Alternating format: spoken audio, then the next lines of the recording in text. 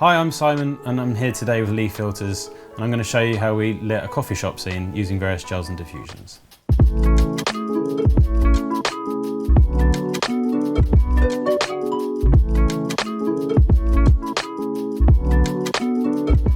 So we use a variety of lights in this. I really wanted to mix up the style and types of lights we were using. Any softbox is just there to soften the light, and the further away the diffusion is from the light, the softer that's going to be. But we're using the 803 gels just to try and neutralize it. If you can just hold that up for me.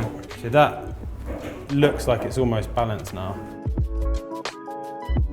I think this was like the best example of where you can use minus green. I'm just putting an egg crate on the 4x4 just to help finesse the soft light that we're putting quite close to the actors, because the egg crate will stop the spill onto the wall, it will stop the spill onto the table. It helps you hone exactly where you're putting the light.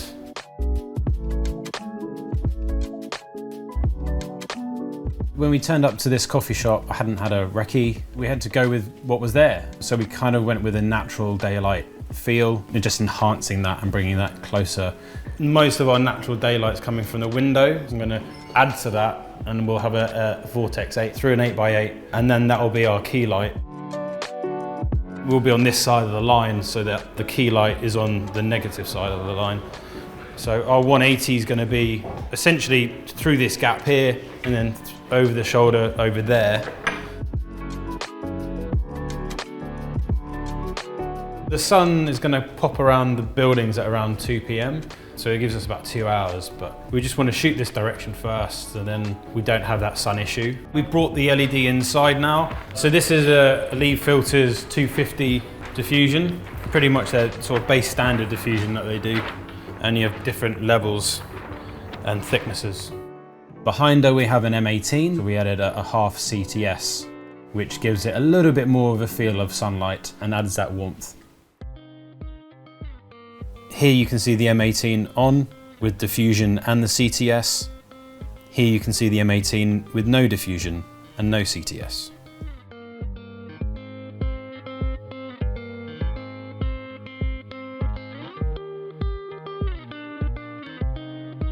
That's the Vortex 8 on with a diffusion frame on. Now with the diffusion frame off. And when you're dealing with different skin tones, it's really important to get your exposure bang on. If you underexpose, then any darker skin tone is going to go really down into the darker section of your dynamic range. Use a light meter, you know you're going to be precise. The light mat 4x4 is now on, and you can see how that wraps around the face and gives a nice eye light. The M18 was our backlight. The Vortex 8 was our general sort of extended window light as a side key, and then our light mat was an eye light / wraparound light to kind of bring the light round onto the other side of the face a bit more. So we were using the Panavision DXL2, which has a 8K full frame sensor, and that enabled us to go on very wide lenses, have a very nice wide look to the images, but also have that shallow depth with the actors in the foreground. Now I'm going to swing a lens and we're going to go in a bit tighter. So we wanted to jump in a little bit more to the actors' faces, so we went on a slightly longer lens, which helped blur the background a little bit more and really separated the actor from that background. And obviously the longer the lens, you're going to get more bokeh and things that are out of focus, which is very, very cinematic to see.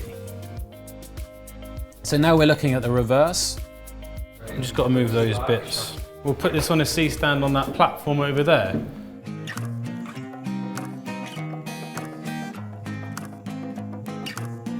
At this point the sun did come out. You can see here we've added various flags and floppies behind the camera and outside the windows to really stop that sun coming in and hitting the actor's face. So we've just had to flip the set, do a complete turnaround, and just so then we can keep our lighting set up exactly the same as how we had it on her. We've had to block the sun, so then it looks the same on him. But because the sun's come out, it's now in the background, so I haven't got a HMI in the background. the Vortex 8 on with the diffusion frame off. Now showing with the diffusion frame on. So that's the light map coming on. Having really nice hard bits of sunlight in the background really adds depth and picks out those details in the background as well. But we wanted to keep consistency on the actors on this turnaround, so blocking the sun from hitting the immediate background and on him was really important.